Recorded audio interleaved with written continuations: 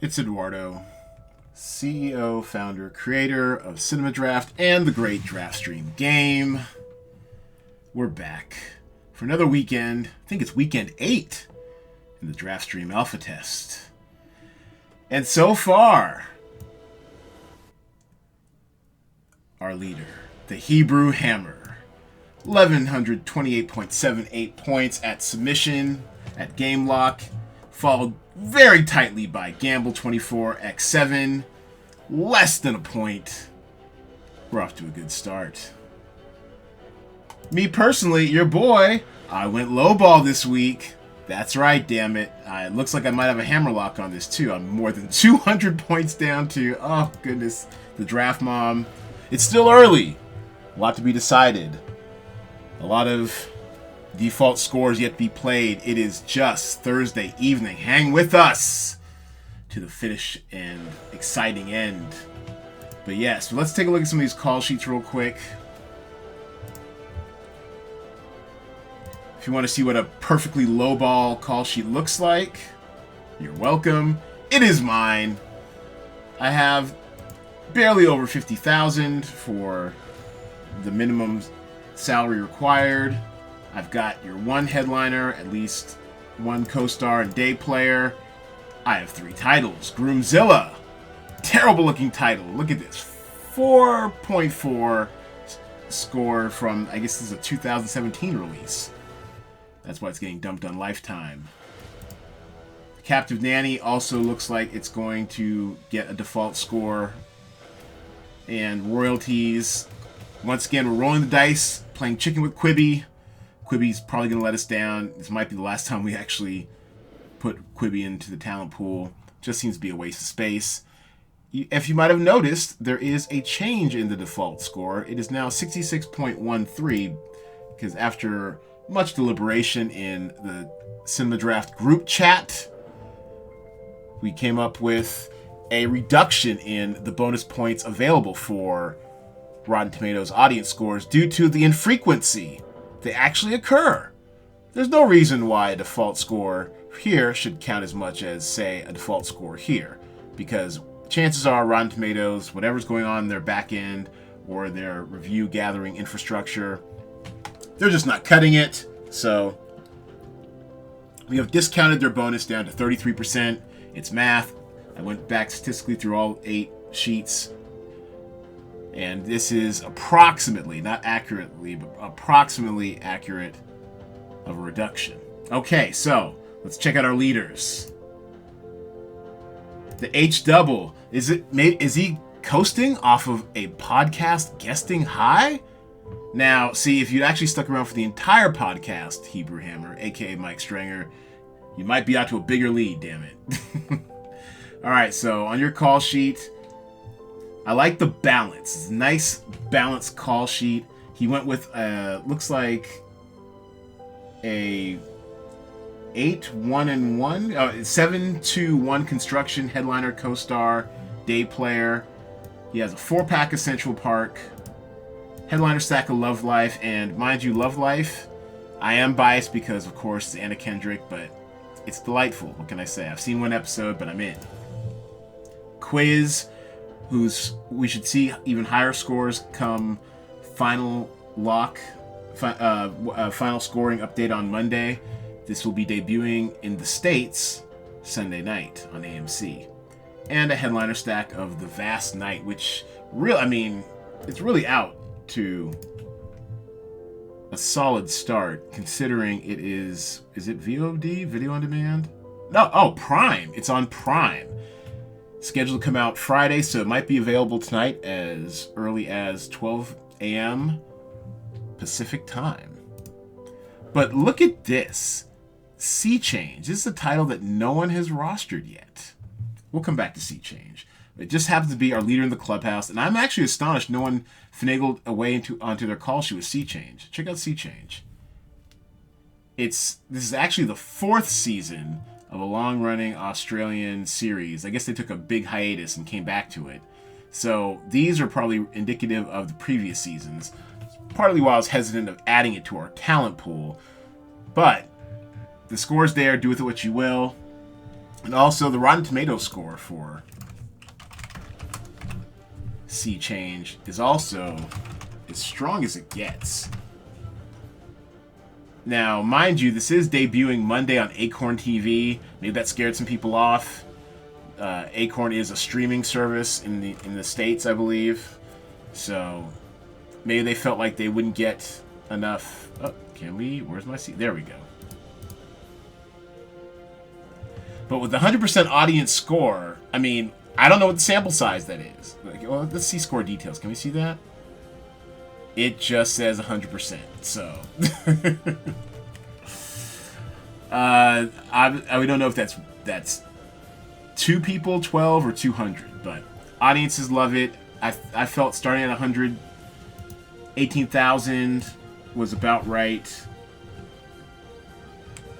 At the very least, it's starting off high, and no one claimed it so far. But like I said, we'll come back to Sea Change. All right, G24, Gamble 24x7. Missed last week, but he is back on the attack. And this is... it's a little eclectic, but I like it. He's going back to the old 8-1-1 construction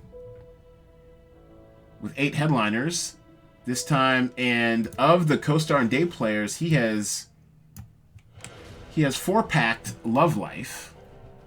He got a headliner from Laurel Canyon, our beloved documentaries. Epics makes me nervous.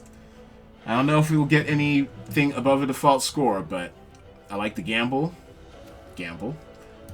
Central Park seems to be a popular title this week.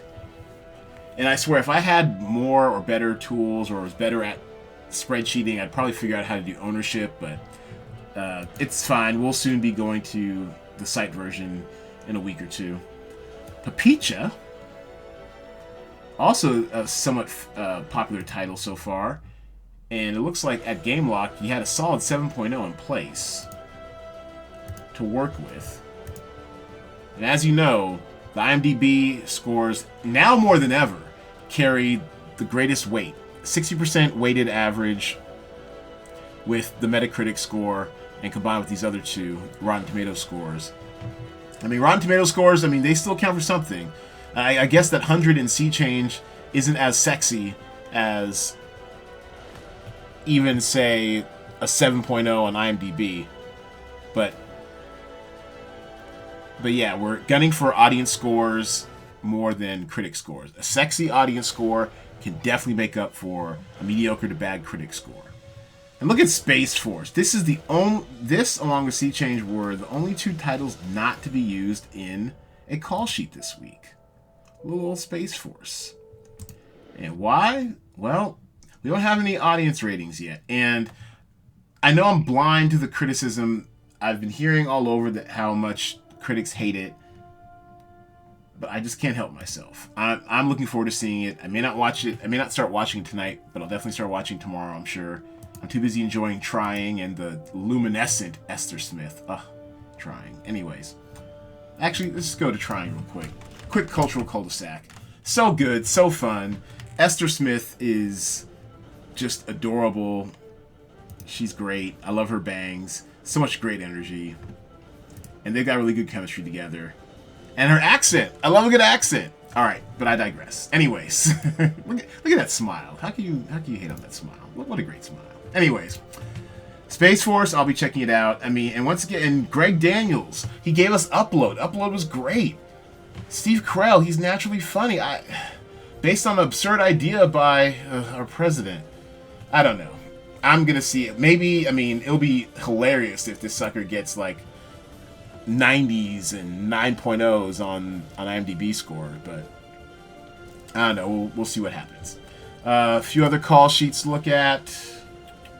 Jay Devlin, going by just Jay Devlin. Actually, where's Jay Devlin at this week? All right, this week in the middle of the pack. Now, look at this car. Look at this pileup right here between 1,100 and 1,067 points. I love it.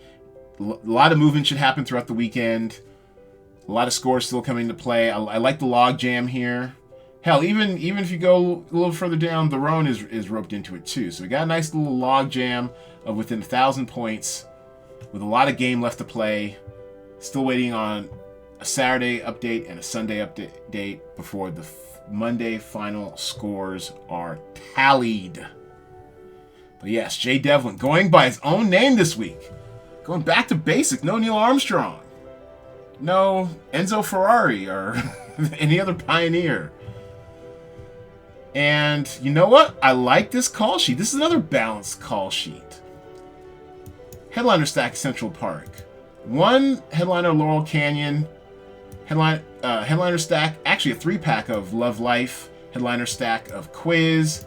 And headliner stack of The Note. It almost might be a little too balanced, but we'll see. We'll see. This definitely was a week. I was proud going into this weekend's action of the salary making. I thought it would be our most exciting, challenging one yet because of the myriad of forces at play. We've got Sunday releases. We've got Monday releases. We've got the Mercurial Quibi, the debut of Up TV, and Groomzilla, which looks absolutely terrible. We've got anime. We've got horror. We've got a lot of stuff we haven't seen before. So no one strategy is guaranteed to win.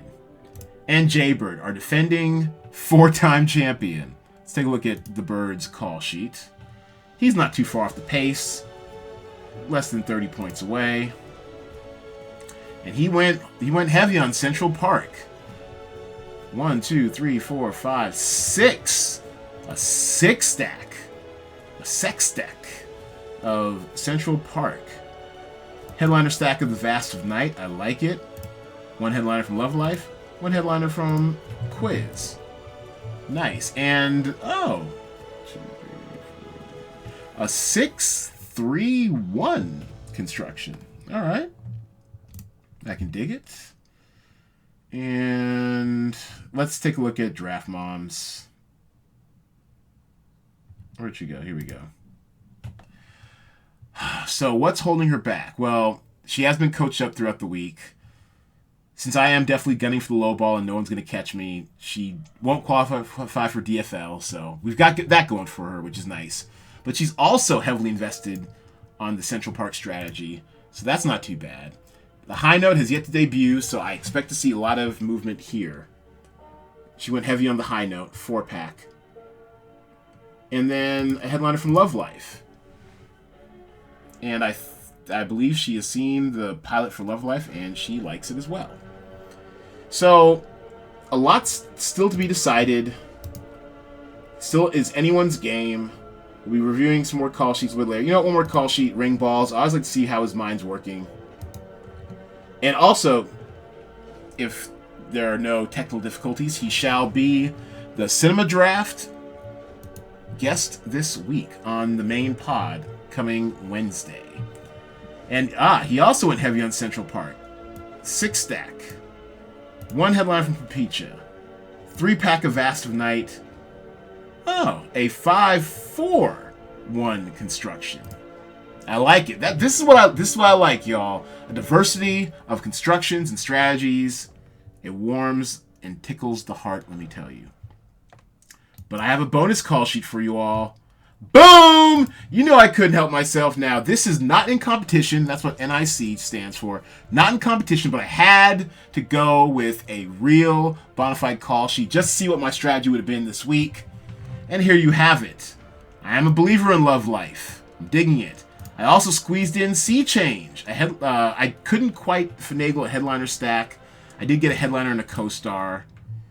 I also got a headliner stack of The Vast of Night. And then one headliner from Confessional and one headliner from Central Park. Of course, if Central Park busts, I'm going to reap all that upside through the found money of Sea Change and The Vast of Night already. But if Central Park, does Boffo numbers, hits the 100 mark or something, well, there she wrote. That's all she wrote. So 1093.73 if I were in competition. I would be 6 points behind Jaybird, once again in his rearview mirror. So annoying. But yeah, so my official entry is still going low. This is what we're doing this week. But my not in competition call sheet is here. And to be honest with you, a good point brought up by the Hebrew Hammer in chat. I'm flirting with thinking of going to a 3-max call sheet talent pool next week. Thinking of letting you guys go 3 total call sheets if you're up for it. So maybe you guys can try your hand at both high ball and low ball strategies. I think I can handle it for 1 more week, and probably after that we'll be loading up on the regular site.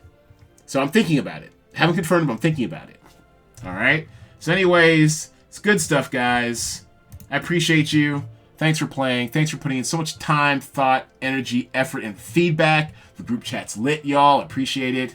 For those of you lurking it, for those of you participating in it, I appreciate it all. Good luck, everybody, and I will be back Saturday afternoon after 12 p.m. Pacific time with your Saturday updated scores and more analysis. Thanks for playing, everybody.